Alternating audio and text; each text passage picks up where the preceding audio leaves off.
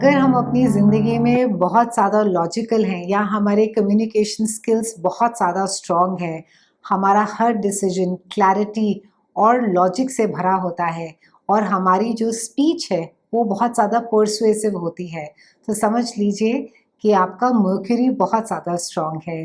नमस्ते दोस्तों, आपका स्वागत है एक और महा सीरीज़ के एपिसोड में, जहाँ की हम मर्क्यूरी की महादशा को डिस्कस करेंगे।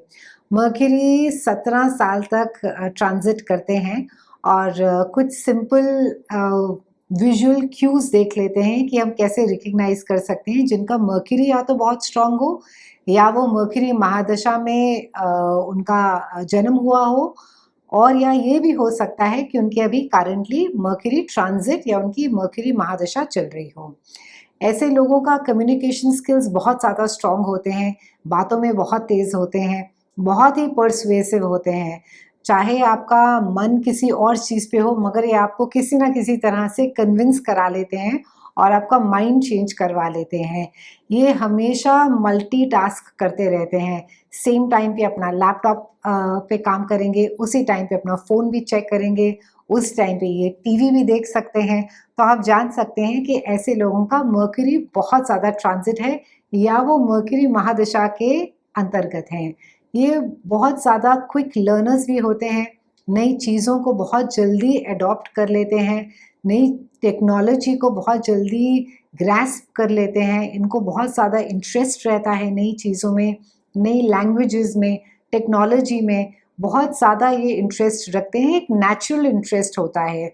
क्विक लर्नर्स होते हैं, इसलिए बहुत ज़्यादा रेस्टलेस भी रहते हैं, पुरानी चीज़ों से बहुत जल्दी बोर हो जाते हैं, सेम चीज़ें करना इनको पसंद नहीं है, नई-नई चीज़ें को सीखना और करना, both the mind and the intellect is always very curious. इनके हैंड जेस्चर्स भी बहुत बहुत होते हैं, ये काफ़ी अपने हाथों के साथ बातें करते हैं। आप नोटिस करेंगे कि कई लोग जब बातें करते हैं, वो literally they are talking through their hands as well. इनके बहुत एनालिटिकल माइंड भी होते हैं, हर चीज़ को एनालाइज़ करते हैं, हर चीज़ का उसके पीछे क्या रीज़न रहा हो, उस चीज़ को जानने की कोशिश करते हैं। बहुत यूथफुल एनर्जी रहती है। मर्क्यूरी को स्पीच का कारक भी कहा जाता है, यानी कि आपकी स्पीच और आपका एक्सप्रेशन का देवता।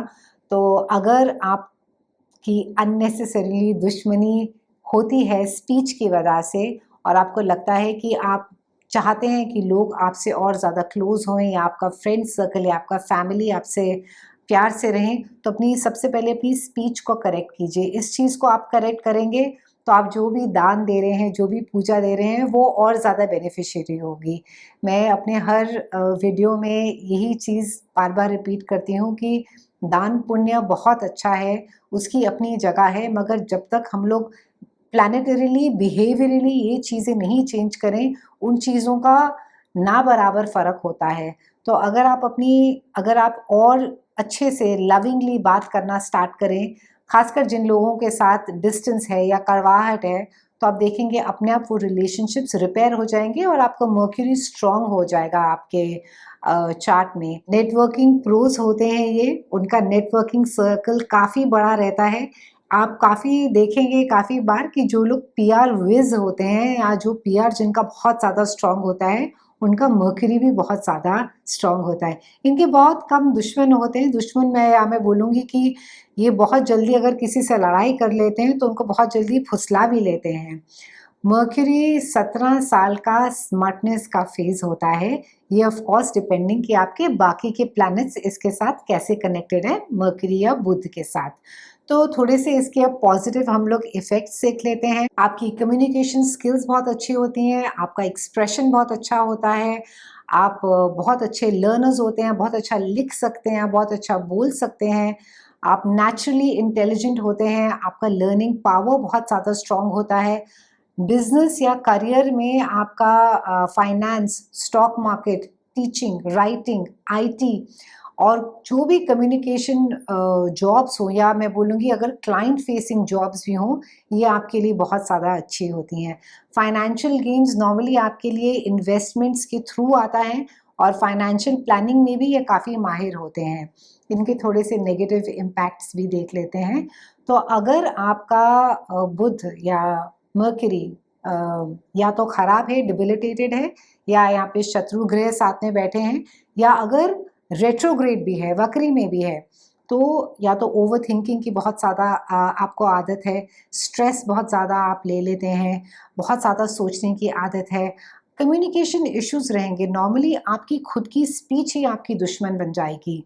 आप कई बारी ऐसे बातें बोल देंगे कि जो कि लोगों को बहुत ज़्यादा चुभ जाती हैं, या आपका बोलने का तरीका काफ़ी शार्प होगा, आप एकदम से बहुत ब्लंट होंगे कि आप ऐसी चीज़ें बोल देंगे कि बोलते हैं कि जैसे you have been slapped on the face.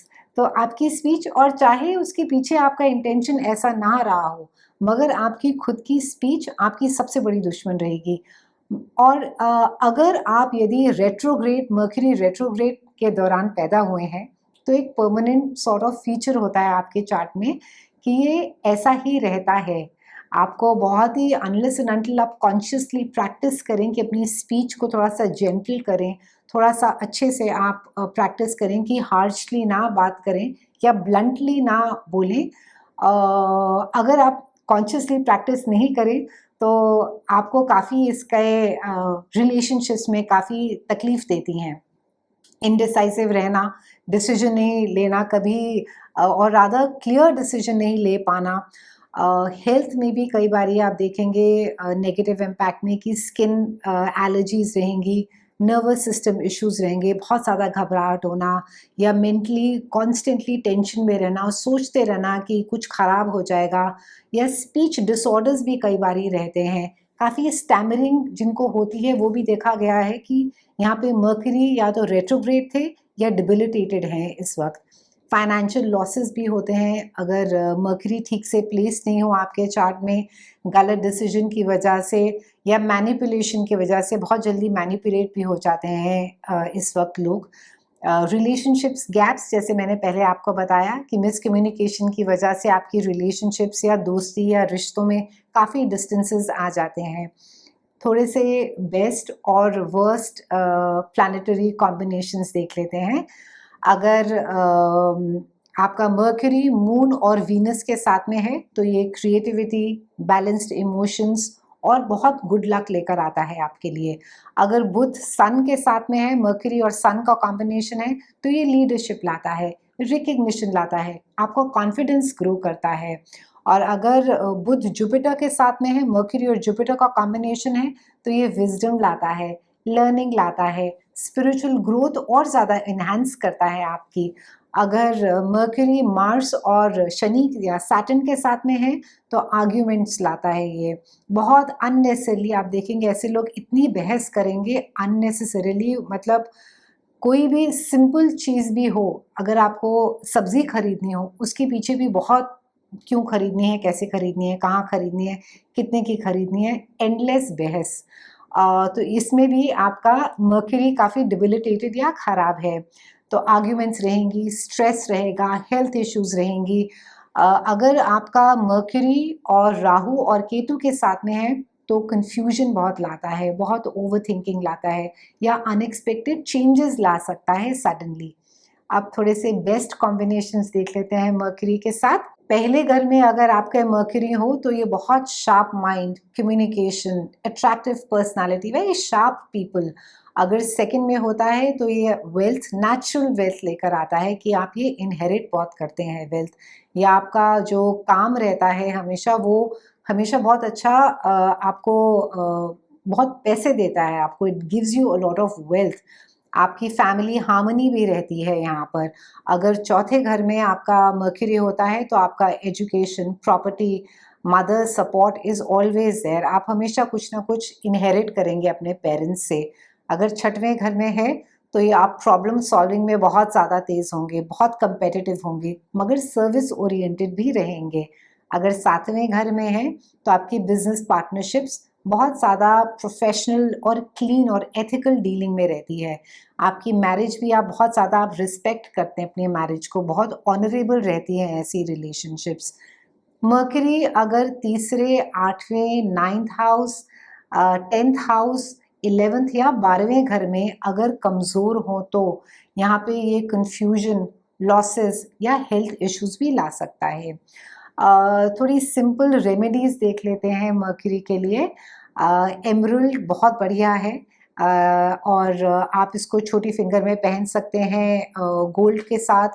बुधवार को पहनिए, वेडनेसडे को पहनिए, ये मर्क्यूरी का दिन माना जाता है। ग्रीन कलर को बहुत अडॉप्ट कीजिए इस दिन आप।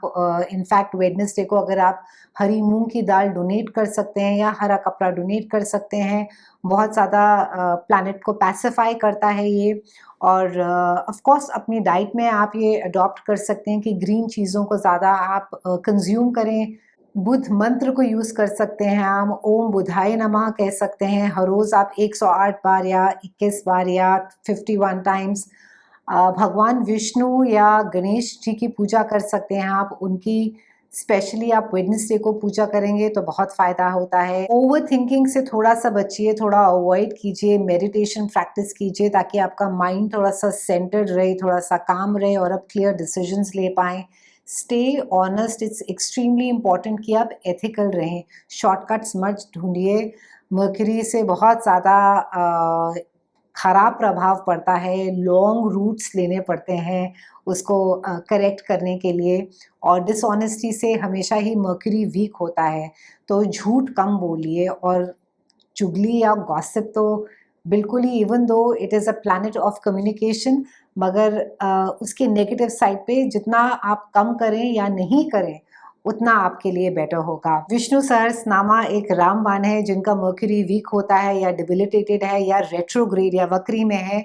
अगर आप, ये थोड़ा सा लंबा है मगर उसमें से अगर आप 2-3 श्लोक भी याद कर लें और उनको अगर आप हर रोज़ उनका आप जाप कर लें, उससे भी आपको फ़ायदा रहेगा। But to repeat myself again, please correct your speech. जिस तरह से आप लोगों से पेश आते हैं, स्पेशली अपने क्लोजेस्ट रिलेशनशिप में, आप थोड़ा सा डायल डाउन कीजिए। Speak a little softer, be a little gentler, be a little kinder in your speech, और आप देखेंगे कि आपका मर्क्यूरी कैसे स्ट्रांग होता है आपके चार्ट में। Thank you so much for watching this video friends. अगर आपको इससे आप रिलेटेबल लगा, आपको ये कंटेंट, अपने फ्रेंड्स से, अपने फैमिली मेम्बर से, उन सब के साथ शेयर कीजिए जिनके साथ आपको लगे कि ये सिमिलैरिटीज़ कुछ हैं। और अगर आपकी मर्क्यूरी महादशा चल रही है तो मुझे कमेंट्स में लिख के ज़रूर बताइए कि क्या आपने ये सब चीज़ें एक्सपीरियंस की। Thank you so much for watching. मिलेंगे अब नेक्स्ट महादशा सीरीज़ में, तब तक के लिए थैंक यू एंड जय हिंद।